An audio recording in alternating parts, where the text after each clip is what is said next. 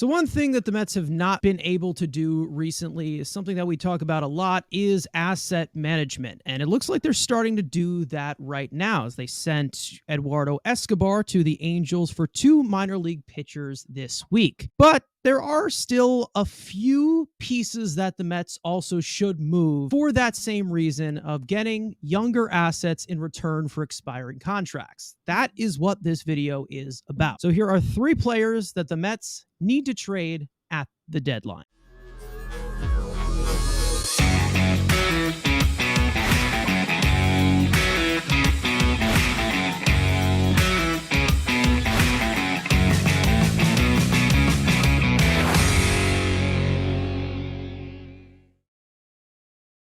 So we're going to have a large assortment of videos coming out during trade season, and we're about to start now because the Mets are currently in a pivotal spot where maybe they buy, maybe they sell, maybe they do both, maybe they retool the roster. We're going to have videos about those certain subjects throughout the week all the way up to the trade deadline. The Mets have found what is really the worst case scenario, the thing that we feared, we talked about a lot. They went with the same approach, bringing back the same team, a veteran team that's a year older, and as you can see, is a year worse.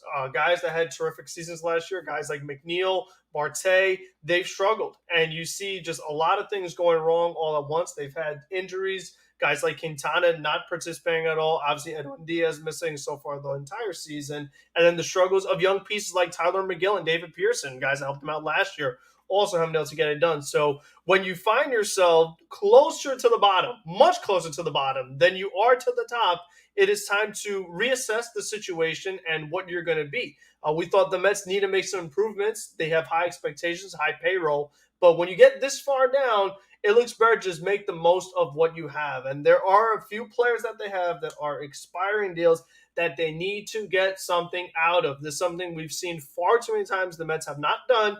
They let guys walk in free agency, and they don't get anything in return. Step 1 was Escobar. They have a few more steps to do. Again, we've said it for years that the Mets do not know how to manage an asset to save their freaking life. And for once, they actually did it with Eduardo Escobar. I hope they need to continue it. Yes, they can keep pretending to be like, oh, we're, the biggest payer, the worst team money could buy 2.0. And be like, oh, we got to buy. No, you have assets that you could move. Nobody's taking other guys, but, you got to at least explore other options. Finally, Billy Epler decides to be a good GM, even though he's not, majority of the time. He starts to say, you know what? A guy who's going to leave me in free agency in about 4 months from now, I don't have any interest in re-signing. Why not trade him for a couple of futures and a couple lottery tickets and keep it going? And especially with one of the guys got traded last year deadline, fetched him a pretty nice pitching prospect, the team they got him. So I wouldn't mind that 2.0. We're talking from the internal perspective right now for the Mets. And for these guys, there's not going to be a flashy return. It's going to probably be some minor leaguers. Maybe you get a few guys that have flopped at the major league level.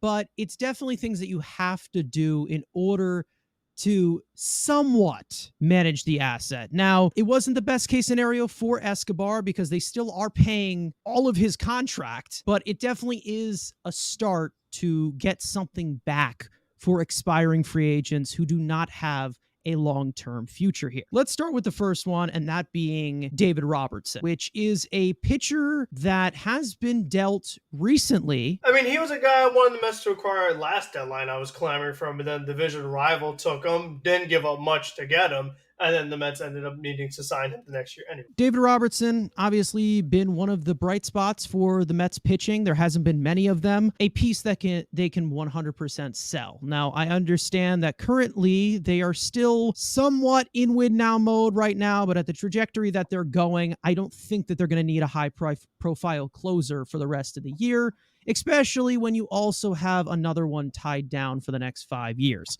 I don't think that this is somebody that you 100% need to keep because he's had one fantastic year. Obviously, we talked about last year, the deadline, the Phillies go out and give their prospects, and Joe DeMaio made it clear the Mets' value version of that trade was Matt Allen. If you could get kind of what the same thing you got for Eduardo Escobar, take me 2 lower 20s, I want the Mets to go for quantity. They need pitching. They need any type. Give me the 7th best pitcher in their system, or the 12th and the 15th. Give me those 2 pieces, and I think that definitely could be an option, especially how well he's pitched. And again, he's 39. How much longer can he get this going? Even if he's not on this roster, even if he has an Edwin Diaz type season, he's not being on this roster next year because he's 40 years old. I mean, the Mets like signing 40-year-olds. I wouldn't totally rule it out. I wouldn't give it a 0% chance. They gave Adam Ottavino 2 years, so who knows at this point? Exactly. But in a sensible organization, a 40-year-old reliever, after a very good year, you can flip him. I continue to say pitching. Maybe there's an outfield prospect. Again, there's no upper-level outfield prospects in the system. I think that could be a one-for-one type swap. I look at the Dodgers, Andy Pegas, please. I wouldn't mind that. He just had Tommy John. He's going to be out the rest of this year. But power-hitting outfielder, wouldn't mind that. The Dodgers always seem to add at least an arm or two at the deadline. That could be a match made in heaven. But again, for me, for the Mets, I'm looking for quantity right now. Yes, we still need quality in the upper levels, but give me the quantity of type of guys who give me 2 lottery tickets instead of 1 maybe $10 ticket. Give me 2 $5. I'm looking at some of the possibilities, some of the teams that possibly could be in on David Robertson if we were to make him available. I'm looking at contending teams right now who have not been good in the reliever department. Tampa Bay has not been that good. Currently, overall ranked 26 in all of Major League Baseball in their bullpen. There's also Milwaukee, who is currently in a tight race right now. That's a possibility. And then there's also the Dodgers, who's you look at those 3 teams, there are some pretty decent farm systems, and they could give you some decent pieces. Even if this team starts winning, I don't see any possibility as to why, because even if they were to buy on the reliever market, which is what we're going to talk about in another video, I think that they need to aim this a lot younger. Like we've talked about before, they have a lot of these mid-90s with a good changeup. They got to get a little bit more flash in this bullpen. And we all know that David Robertson is not a long-term piece. Yeah, I can see a team like the Dodgers definitely being in on something like this. They did it last year when they acquired guys like Chris Martin, and they tend to just add some veteran arms every single year around trade deadline season. So I can see David Robertson and the Dodgers being a perfect fit. And the Dodgers have plenty of appealing players all throughout their farm system. Obviously, the Mets aren't getting the marquee ones, but like Andrew said, if you get any type of pitching, whether it's 1 pretty good pitcher or 2 okay pitchers, but they need to have some kind of upside. I mean, that's what I'm looking for here because, the guys that the Mets got from the Angels for Escobar, they're not hard throwers either. I mean, I could see them being like a lot of these other guys that we have that, they're okay, but you need to find someone who, maybe they were a big prospect and then they had some kind of injury, or just maybe there's something about them that they do really well that you could try to build on. And even if it's a young hitter, a guy that is versatile, that can play a lot of positions, has speed, things like that. I mean, whatever you could find in farm systems for an older player like David Robertson, the Mets should be all for that because they don't have that in their system. And, this could be a opportunity to get something like that in here. These next 2 are going to kind of counteract each other, especially since they're both outfielders. But the first one being Tommy Pham, who is on a 1-year deal right now, an expiring free agent, and he has been one of the best hitters on this Mets team this year overall. Doesn't really say much in terms of the team's performance, but he definitely has shown a lot of trade value as somebody who could be added to a competing team, whether it's David Robertson or it is Tommy Pham. I think Tommy Pham could definitely get you probably the most out of all of these guys that we could possibly move on expiring deals. We've seen this before. He's a veteran outfielder. He has no purpose. Again, kind of like David Robertson. He will not be back on this team next year. So you're a mediocre team. Teams will, again, bulking playoff teams will need extra outfielders and 4th outfielders or lefty killers or whoever. Could it be a couple of minor, again, a couple of pitching prospects, maybe 3 Steven Matz type? But he's probably the most valuable asset the Mets have that teams will be like, you know what? Besides David Robertson, of course. And he might be, because again, he plays every day, and when he's been given that opportunity, he's played well. Again, he's been the best hitter in the Met lineup. Look at teams, playoff teams, they're always adding depth. And if he's the definition of a depth piece on a championship-winning team, I wouldn't be surprised if the Houston Astros are involved. Yordan Alvarez being hurt. Center field is, I'm not saying playing center field, but we all know Jordan is better at the DH position. Left field with the Crawford boxes, doesn't have to cover a lot of ground. You could hide his defensive. He's not great defensively, but can hide him in left field and let Jordan just hit. Obviously, he's hurt now.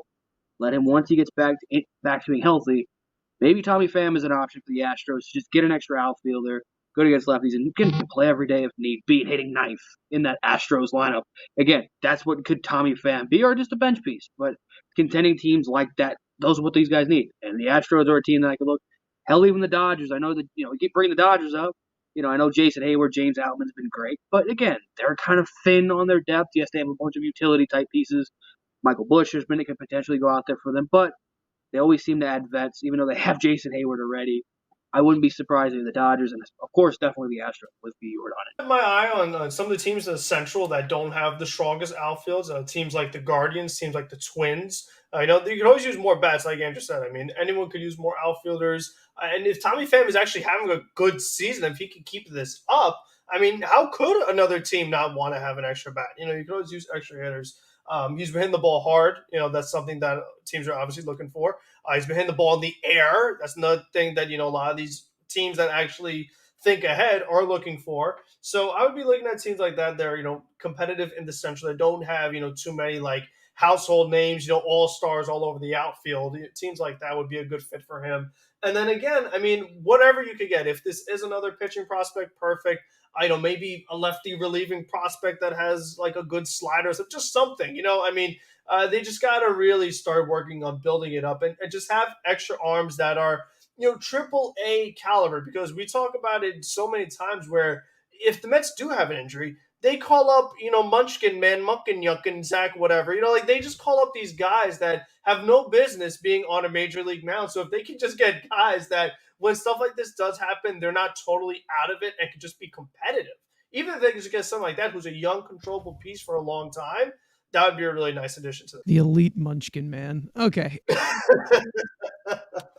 Another team I actually want to put out there is a team that is really hurting in outfield depth. At least in my opinion, overall. And even though they're going to get their big star back, and also they're one of the worst teams against left-handed pitching this year, that being the New York Yankees, going across the river and possibly moving there because they do have some explosive arms in their farm system. They do have some guys who come up out of nowhere. They just full on throw gas. If we want to buy anything that Martino is selling, which I wouldn't, but let's just say for the sake of argument that the Mets swap a trade, Tommy Pham goes to the Yankees, they take on the Donaldson contract and could actually get you maybe a number 8, number 9 prospect. Maybe. Jason Dominguez, exactly. That may be.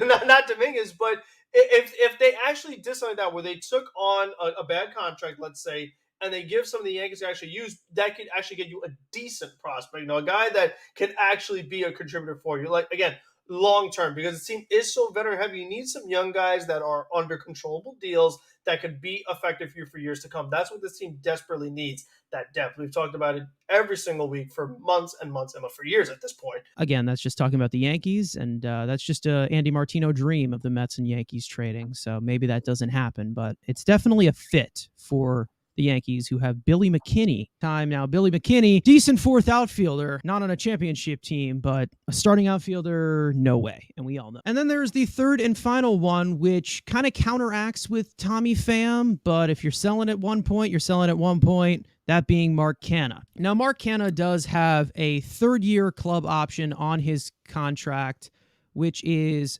$11.5 million. And that definitely attached some value, like we saw with Eduardo Escobar with his third-year team option. Now, Canha has definitely been better than Escobar this year, not by much, but he definitely does feed in some value on the trade market, and also another guy that you just don't really see keeping long-term. We haven't really seen much trade talks around Canha whatsoever, but definitely someone to move if you want to get some assets back from him. The two things that Canha has going for him compared to Tommy Pham is he is a year younger, so that's one thing that you have to consider if you are a team like Carson. The other thing, the Mets probably the only team that really cares about this, but the whole clubhouse thing. We know that Tommy Pham in his history has had plenty of runs into with teammates. It's happened in San Diego, happened in Cincinnati. I mean, he's just has always been well liked, hasn't always been a good guy. Even Mark Canha, one of the best clubhouse guys there is. So if that's something that maybe a team doesn't want to worry about Tommy Pham, maybe change the whole dynamic of the culture, clubhouse, things like that, Canha's a much safer bet. We've also seen with the Alonso, Canha play a good amount of first base this year, and he played it perfectly fine.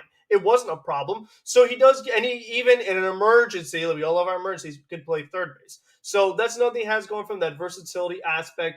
He does give you those quality at bats. If there is a team looking for a guy that could work some counts, things like that, get on base, hit by pitches, things like that. And we've seen if they need a team that could play well against the Phillies, that's a specialty. So that's nothing that he has going. So he's still, again, if you can move Escobar, you can move Canha. That's the way I see it. If the Mets have to pay all of it, that'd be very frustrating. But even if they have to pay, let's say, 3/4 of it, just to get yourself, a 17 prospect, maybe like again, similar to the Escobar package, you get 2 young arms. That'd be a good fit because, again, as many arms as you could get, this team could use, especially young arms. Yeah, and I might be different. I think both guys, again, it depends where they're at. If they're out of it, I wouldn't be surprised if both guys are gone because if they're going youth movement after the trade deadline, again, this is a world that they're out of it. Ronnie Mauricio needs to be given a spot in this lineup. Jeff McNeil moves to left field. So there's a world where both Pham and Canha are sent out of here. McFeeble can play left every day. Canha's a guy, he can give you the versatility, and that is valuable to teams, especially playoff teams, or, again, in case of an emergency, he can play left, he can play third, play the corner outfield if need be. Versatility sells. And, again, Dodgers, Astros could use that ability. Diamondbacks could be another potential possibility with first base, potentially Christian Walker, maybe making him a full-time DH. Or, again, there's multiple ways Gurriel can move around as well. So, again, they're a team that's built on speed and athleticism. That would be a guy to definitely look at, a team to look at for Canha. If you're going to try to give Ronnie Mauricio ABs, you got to move a couple outfielders to get McNeil to just stick in left, and then you can move Mauricio to second. Another team I want to put their hat into the ring because I am seeing kind of a weak outfield, and their current center fielder is batting 9th for them, and they can move just Travis Jankowski to center field has been really good for them. Texas is another possibility for Mark Canha. I want to throw it out there. I don't know how much of a good fit it is, but it's a young team. Maybe they do want some veterans there, and that's another possibility. Are the Angels? I don't know about the Angels. I mean, it could be an emergency case because obviously Renfro's a pending UFA. They bring him in as a 4th outfielder now, and then just in case of an emergency that again they lose Renfro, it's a club option. They would have the ability. So again, you can look at kind of teams. Seattle. I know Seattle is another team that's kind of like us that is underperformed. But again, Teoscar Hernandez a pending UFA. Yes, they got JK and Julio locked in 2/3 of that outfield. Again, we'll see what happens with Teoscar, and they do have AJ Pollock as well. But again, they could use some more versatility. First base Ty France is not the most healthy guy, so again, to have a kind of backup first baseman. And same thing with Eugenio Suarez. So Seattle's a team I'd look as well, potentially, or teams like that who have pending UFAs. That could potentially see Canha as like, okay, just in case, we do have that club option that we can control a guy if so-and-so leaves Teoscar, Renfro, anyone in that caliber.